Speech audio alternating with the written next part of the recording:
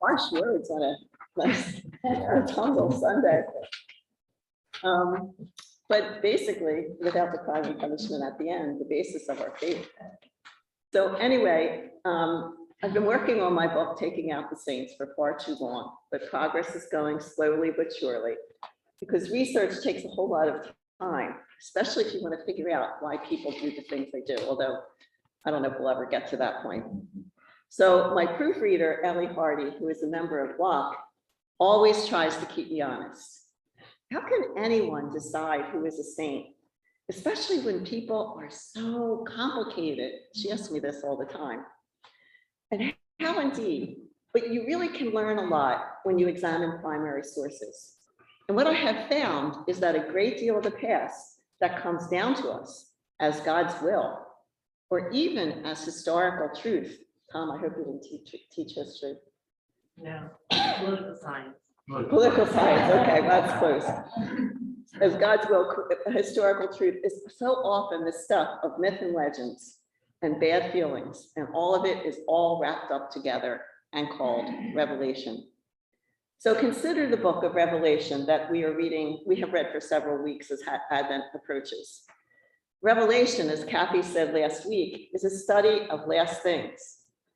And this particular book is about how one man, John of Patmos, thought things would play out at the end of the world. And amidst the poetic language of the city of God, which shines by its own light, and the river of the water of life, bright and crystal and flowing from the throne of God, there are dark threats of violence and exclusion. And the four horsemen of the apocalypse bring famine, disease, war, and death. And God is not a lover, but an avenger who wipes out almost all of humanity in a fit of anger. And the city of God, so lovingly described in chapter 21, excludes the unclean and anyone who practices falsehood. Nothing accursed, and the question always is, by whom? Nothing accursed will be found there. And the only residents in the city of God are the 144,000 who are found in the book of life, in spite of the multitudes of generations who have walked on the face of the earth. And this infinitesimal number of the saved makes the race to heaven a battle rather than a journey. Who will be saved? So Christians throughout the ages have too often decided that they know whose names are written in that book of life. It's sort of like, Toys R Us, well, saved are us.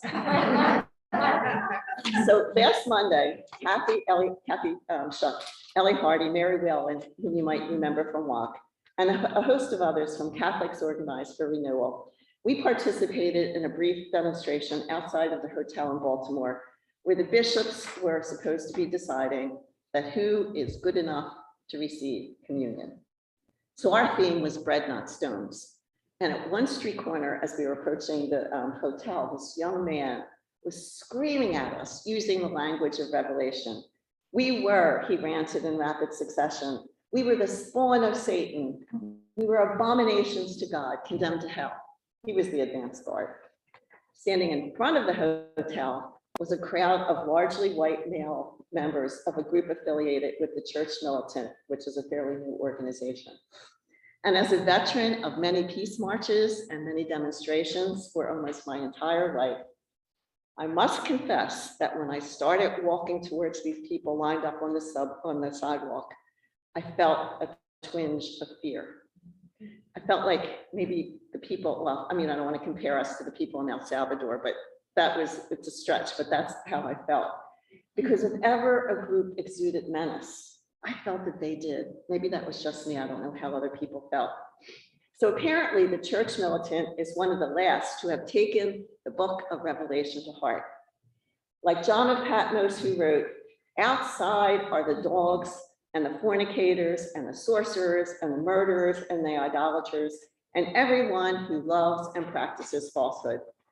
The founder of the Church Militant argues that the gates of salvation are very narrow, and most people, unlike the Church Militant, will not make the cut. The group's patron saints are the doctors of the church, many of whom engaged in violent and bloody battles against those that they decided were heretics.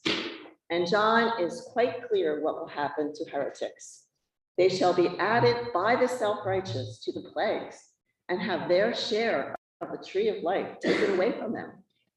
Believers in the saved 144,000 are often only too happy to designate themselves as John's disciples and God's enforcers. So how, one must ask, did the book of Revelation, a guidebook really for violence and bloodshed, make its way into the canonized scriptures, replacing the kingdom values of God with outright hatred and vicious exclusion? So here's where the myths enter the scene. Catholics learned that the church was persecuted from the very beginning, first by Jews and then by Romans, to the point that literally tens of thousands of believers were washed in the blood of the Lamb. And the truth is far more pedestrian. Contrary to the thousands who were converted in Acts of the Apostles, there were only about 1,000 followers of Jesus in the entire Roman Empire by the year 60 of the Common Era. So there was very little persecution because the vast majority of pre-Constantine Christianity empire would not have even recognized a Christian, let alone persecute one. Even the story, believe it or not, of Nero blaming the Christians for the Great Fire of Rome is now largely regarded as untrue. While there would be later persecutions by Rome, except for the persecution of Diocletian in the early 4th century, these persecutions were sporadic and largely unenforceable. And what I have learned from my research is that most people really don't want to kill their neighbors. And the other thing that I learned is most people really don't want to be martyrs and will do almost anything they can to escape it. In fact, the 2nd century theologian Origen, first primary source, he said that the numbers of those who are martyred are very few. So this doesn't mean that there weren't bitter and intense disagreements, just like there are now. Christians couldn't understand why their fellow Jews would not accept Jesus as their savior, and the faithful Jews thought that the Christians were destroying Judaism. And it was this sectarian violence, squabbling, that sometimes did result in rioting and murder, as it did in the case of Stephen. It was this feeling that gave Christians that they were persecuted for their faith. But we know that disagreement, however intense, is not and never has been persecution. So early Christianity took the many myths of Revelation and they ran with it all the way to the present, where some current bishops neatly, very neatly, divide the complex world into deserving and undeserving, ins and outs, damned and saved. And in that world, those who allegedly speak for God use Jesus, the voice of kingdom values, as a weapon. It is Jesus, as King of the universe, the front man for the bishops, who stands behind too many altars and decides arbitrarily who is good enough to receive communion. Meanwhile, the promulgators of this view conveniently ignore their own contributions to the sinfulness of the world that they are criticizing. And this stance would not be important. It would not be worth a march in the cold, a homily, or even an orchestrated campaign if it did not continue to harm the most vulnerable among us and reinvent the great lover of humanity who never ever asked the recipients of his largesse if they were worthy. They make him into an idol of their own creation. And this reinvention of Jesus has seeped into American life, sucking the charity right out of it and injecting hatred instead. So which Jesus do we want to be the face of our faith? For me, it has never been Jesus, the King of the universe, a title I found presumptuous even as a young person. While this title seems to make Jesus large and important and fearful, it makes God small and dependent upon a small group of men to effect up divine will. It narrows rather than expands the marvelous and munificent nature of God. God can do whatever God chooses to do and not what mere men expect or want the divine to do. God is the Alpha and the Omega, and God doesn't need some guy on an island somewhere to jot down the names he believes who are saved. The creative and the active power of God has existed among all people in all times, in every part of the world, and there is no one right way to honor God, honor, love, or express God. And there are many ways to salvation because all of us live and move in God.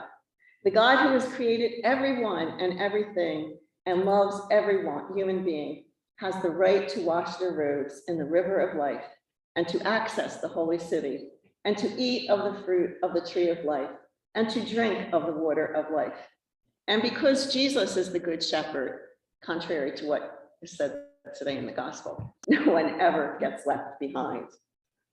And so, my friends, perhaps the heaven imagined in this beautiful but dangerous vision that we call Revelation, perhaps it does have walls of jasper and foundations of agate and emerald and transparent gold.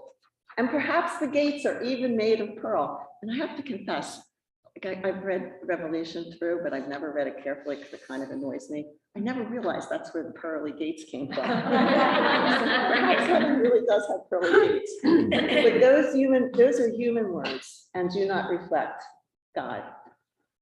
So the real clear Jesus announces to all, I am the root and the descendant of Bathsheba, the morning star. Let everyone who hears say, come. And let everyone who is thirsty come. Let everyone who wishes take the water of life as a gift. And this, my friends, rather than violence and exclusion and anything else you want to add there, this is the way, the truth, and the life.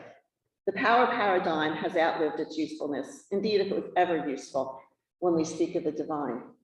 Let us put aside those childish concepts and accept the power and glory that truly belongs to an all-loving and all-merciful God, the creator of the heavens and the earth, in whom all of our beings will always exist, the God who sends love and mercy, pressed down and overflowing into our laps.